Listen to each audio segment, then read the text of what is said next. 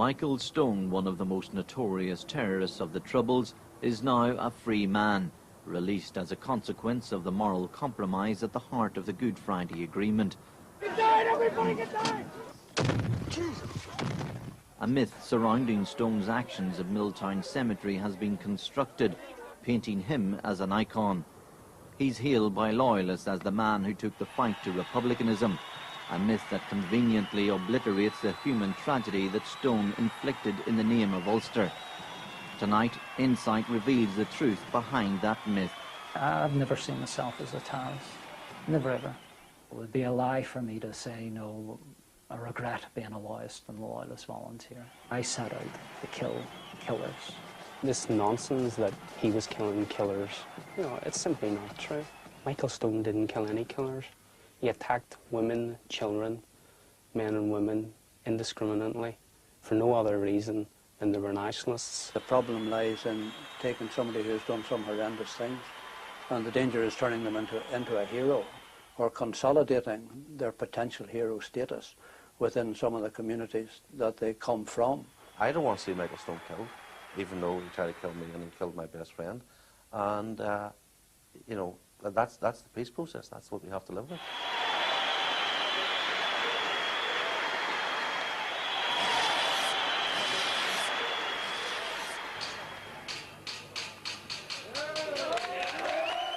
The name Michael Stone has become synonymous with Northern Ireland's Troubles.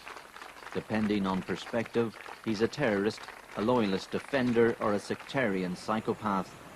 Even behind bars, Stone caused controversy and was among the last prisoners to be released under the terms of the Good Friday Agreement, an agreement he maintains safeguards the union he killed for. You know, I was a father and a son, a brother, a breadwinner. Had to go to my work, had to take his kids to school, had to take them to the dentist and the doctor when they weren't well.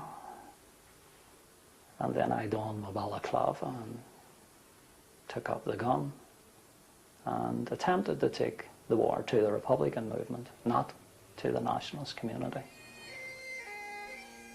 For some of those living in the shadow of Harland and Wolff, there is ambivalence about Stone, who commands widespread respect and even heroic status. He says he now wants to live the quiet life, but that is contradicted by his obvious enjoyment of the hold he has on Loyalist consciousness, a fact underscored by his presence at a UDA show of strength at the start of a murderous feud this summer. He's an icon within the working class unions, right across all the divides of different factions, etc., and organisations. He is held in very high esteem, so he could be a very positive force to actually move this process on. When Michael Stone walked into Milltown Cemetery in March 1988 to attack the funerals of 3 IRA members, he began a whole new chapter in the history of the Troubles. Within hours, his image was being watched on television screens across the world, making him Northern Ireland's most notorious terrorist. Overnight, he became a hero in Loyalist circles, but nationalists and Republicans viewed his actions as those of a crazed killer rather than a clinical political assassin. Now, in his first ever television interview, Michael Stone tells Insight of his murderous campaign. But he says he now supports the peace process and wants to leave his violent past behind him.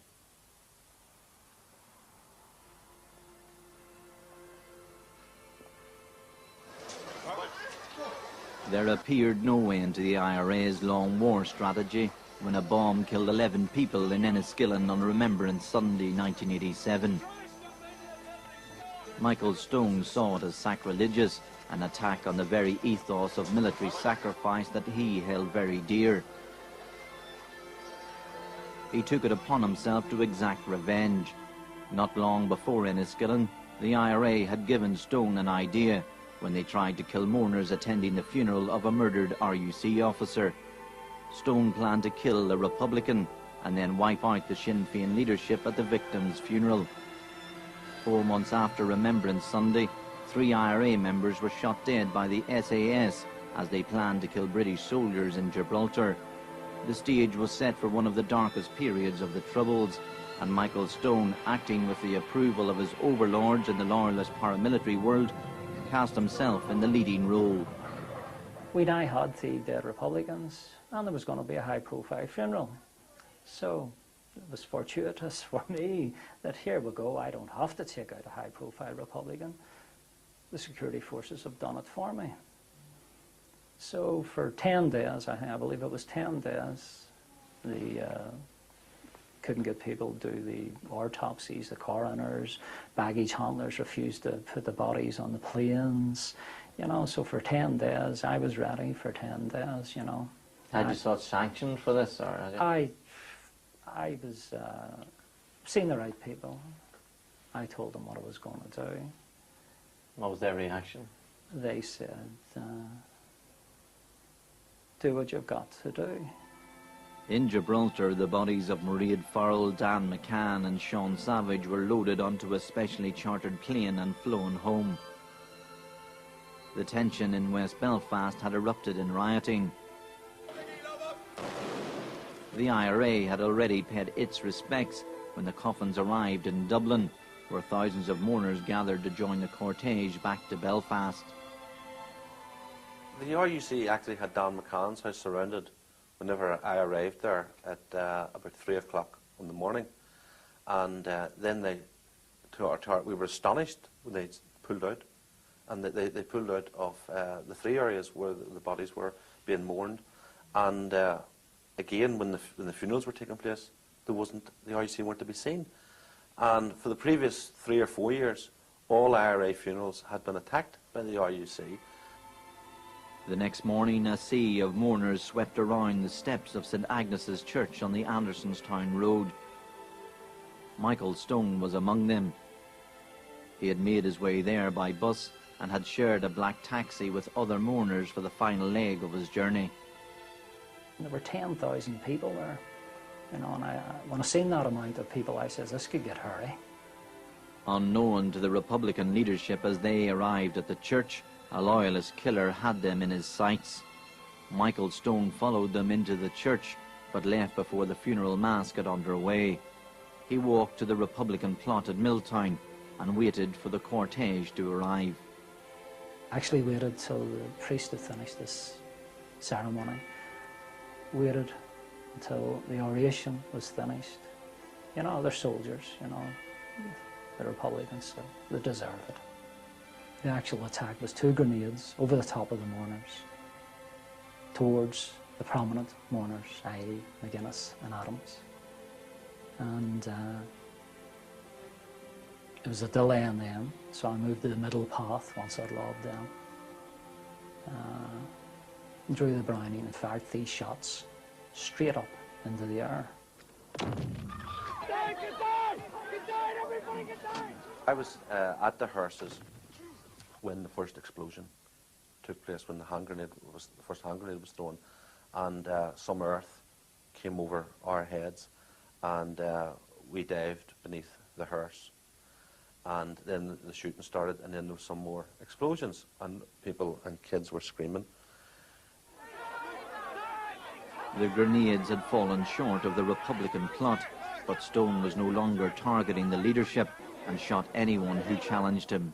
This young guy says, hey, what are you doing? So I turned once, and automatically I fired once, and he fell back into the van. I walked by the open door of the van, the young guy was sitting, you know, and I had a look at him because he was dead, but I thought, is he pretending to be dead and going to jump on me when I walked by? But he was dead. I saw Stone. He was retreating, and he was throwing grenades, and he was shooting. And some young girl was lying bleeding. I went over to attend her, and then Martin McGuinness jumped over one of the gravestones, and he took off after Stone, and Stone was still shooting. It was literally like a dance of death went on. They were hiding behind headstones, and if a target, you know, produced itself, I shot it. Despite his bullets and grenades, the crowd was closing in. Stone was chased along the motorway and was captured by some of the crowd. I got outflanked. Someone got behind me, clubbed me with a bit of wood, went down, got a bit of a kicking, and at one point, you know, I was slipping in and out of unconsciousness, you know. Next minute I was dragged away, put in the motor, it was hijacked, and same again, bit of a beating, pulled down the side of the motorway, police went in. I won't say arrested, they actually rescued me. Kevin Brady, John Murray and Thomas McErlean died in Milltown Cemetery. 30 were injured, many of them women and children. Stone had singularly failed in his stated aim of wiping out the Republican leadership. Brady was a member of the IRA, but Stone didn't know that when he pulled the trigger. But that did not stop the beginnings of a myth surrounding Michael Stone, a myth that Loyalism has been only too willing to propagate. I remember I worked in a bar at the time and watching the news and seeing this coming on and viewing this with absolute disbelief, because it was, I mean, it was like watching a movie. It was not something one would have anticipated ever seeing, this kind of live action attack taking place, unfolding before our eyes. Stone and Loyalism may invoke a sense of destiny, but that raises considerable moral difficulty for unionism and for the victims of the Troubles in general. We never believed at that time that the justification was an adequate justification or a right justification. So there was always the moral question coming back from many people in the wider society to say these acts were wrong.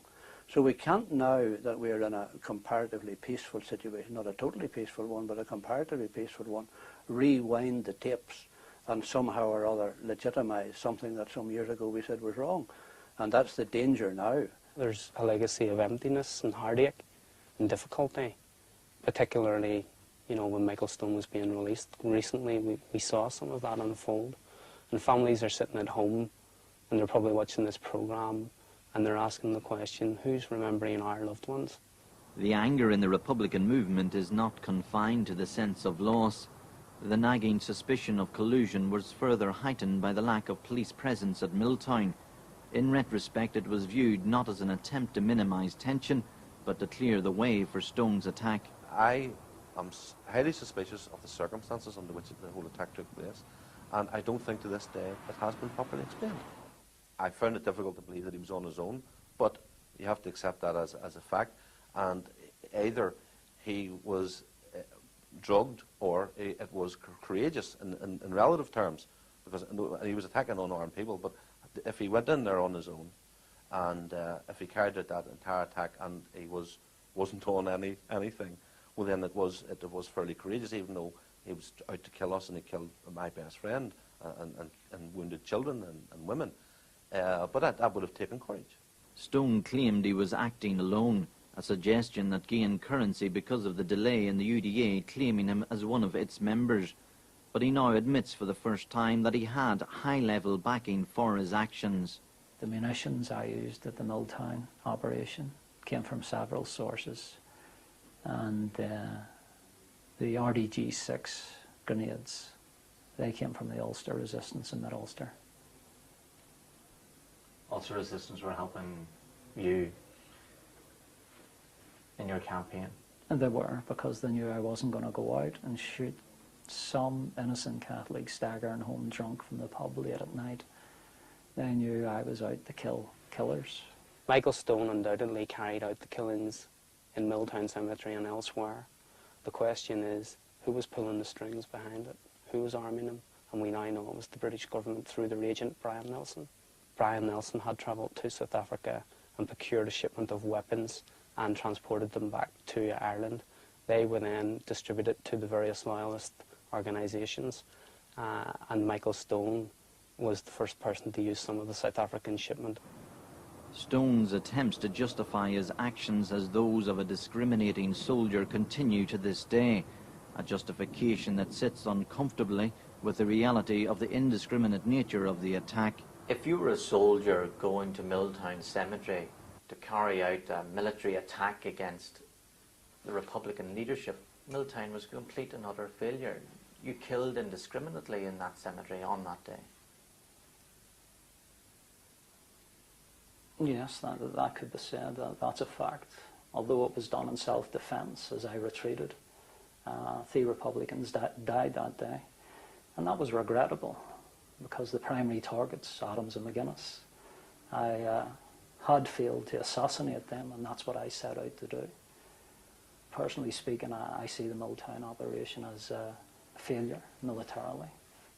Michael Stone says Enniskillen hardened his determination to kill Republicans, but in reality his life as a terrorist began long before the Remembrance Day bomb, and many of his victims had no political association.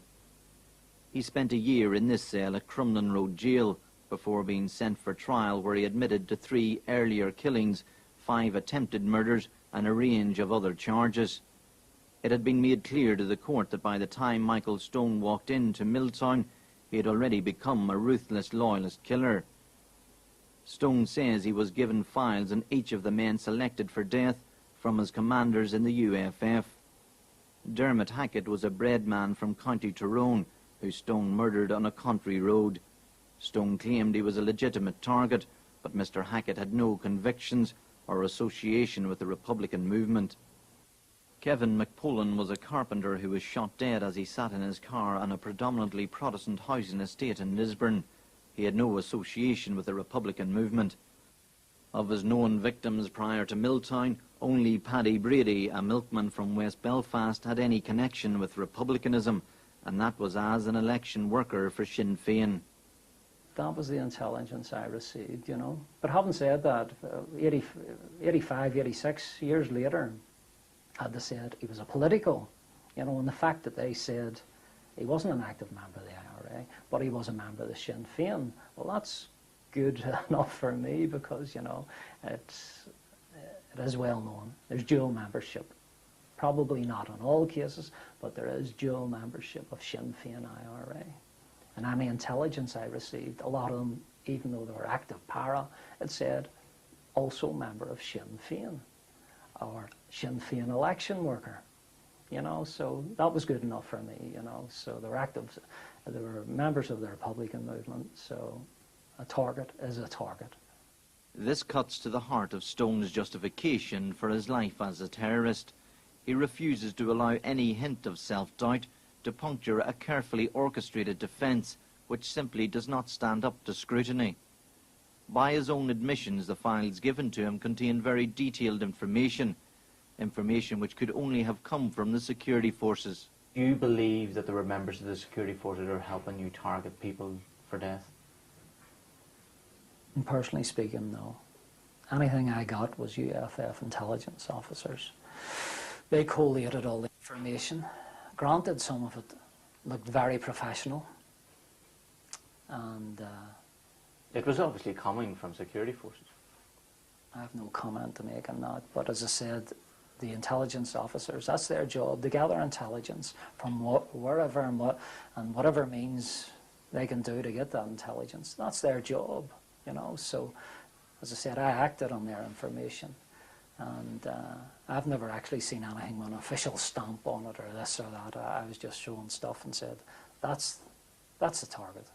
But you lent weight to it if you thought it was coming from security forces?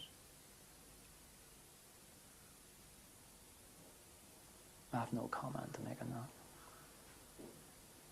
The horror of Milltown and a city caught up in the middle of a seemingly unending spiral of violence was a world away for the young Michael Stone, growing up on the Braniel estate which embraces the slopes of the Castlereagh Hills. Born in 1955, his early years were at a time when the city enjoyed a kind of peace which wouldn't be witnessed for another generation. As a boy, the walls of Stone's living room were a tribute to his forefathers' fight for freedom in 2 world wars. The military memorabilia underlined his sense of Britishness and also of Northern Ireland's Protestants' fight against their enemies abroad and at home. But the family attraction to the armed forces rubbed off, and at high school the teenage Michael Stone joined the Army Cadets and got his hands on a gun for the first time. At 14, I went and joined the Irish Guards, Army Cadets, and there was deactivated weapons, but it was Bren guns, 303s, you know, toys for boys. I was still a kid, so oh, this is great, uniform and whatnot. And but within 6 months, I was in Isle of Man, live fire situations, you know, So I was proficient in the use of firearms from 14 and a half to 15, so the state actually taught me how to use weapons. Any aspirations Michael Stone may have had of going into the army of his ancestors ended amid the carnage of the conflict erupting on the streets of Belfast in the early 1970s. As a teenager with a growing reputation as someone not to be messed with, he first joined and then led his own gang of young loyalists. The position soon brought him to the attention of the then leader of the UDA in East Belfast, Tommy Heron. So he says, I've heard things about you and heard good things about you, and I sort of had a chat. Within months of that, he personally swore me in, you know, so it was the Bible in one hand and a Webley 45 in the other. You know, so it was sworn allegiance to Queen and country, for God and Ulster. Michael Stone had started along the road which would eventually lead to Milltown Cemetery.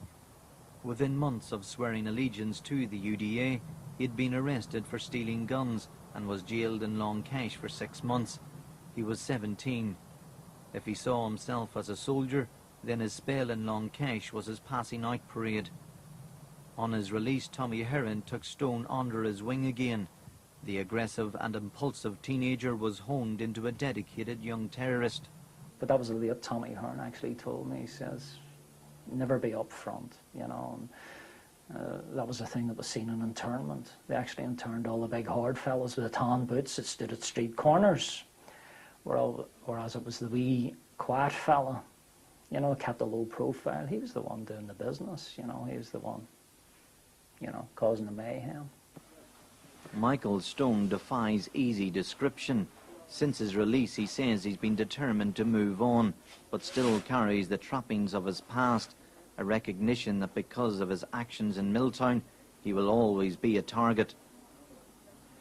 He's developed a passion for art. For Michael Stone, jail was a time for reflection, and where through art he began to examine how the world viewed him and his actions, a process that has become more acute since his release from prison.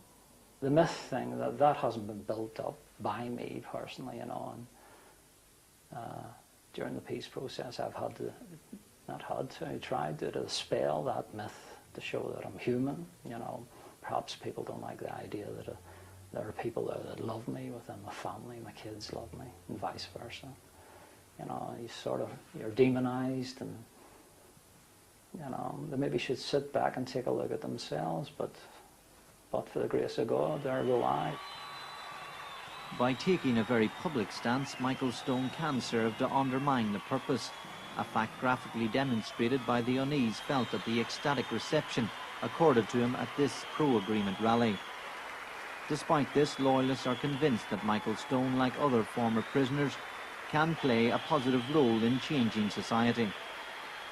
Doesn't want to be causing hurt and pain within any community, and if he's a problem, he's always said he will take a step back, but if he can help, yes, he will go ahead. So we still have a road to go to convince Michael that he has a positive role to play. He feels he has, and he feels he can, but the question at the minute is how and where. The danger is that Michael Stone becomes an icon in Loyalist communities, not because he is involved in constructive, peaceful cross-community work, but he becomes an icon because of what he has done in the past. Now, if his status as an icon is based upon the murderous activity of the past, that is a kind of icon status that is very dangerous to accord to somebody, because it appears to legitimize the violence of the past. And I don't believe we should be in the business of legitimizing the violence of the past. The new political dispensation leaves no room for Michael Stone. He says his release from prison was a cathartic experience, but acknowledges the families of his victims will never be able to remove the shadow his actions cast over their lives. I don't look back at Milltown or any of the other incidents, you know, paramilitary incidents I was involved with pride. I don't, because you can't take pride in killing somebody. But I don't look back on it with shame. You know, I'm proud to have been a member of the UDA, proud to have put myself forward to try and defend my family, community and country. I know that sounds cliched, but that's the truth, and that's who I am. There's a sense that Michael Stone is out there and he's some sort of mythical hero figure in the Loyalist Unionist community. And we would just simply say to those people that look twice at it, you know, he isn't a hero, he's a killer, he's a murderer. Michael Stone's war may be over, but his release under the terms of the Good Friday Agreement does not confer any legitimacy on his past actions. For the rest of his life, Michael Stone will fight against the reality that despite the myths surrounding Milltown, he is nothing more than a cemetery killer.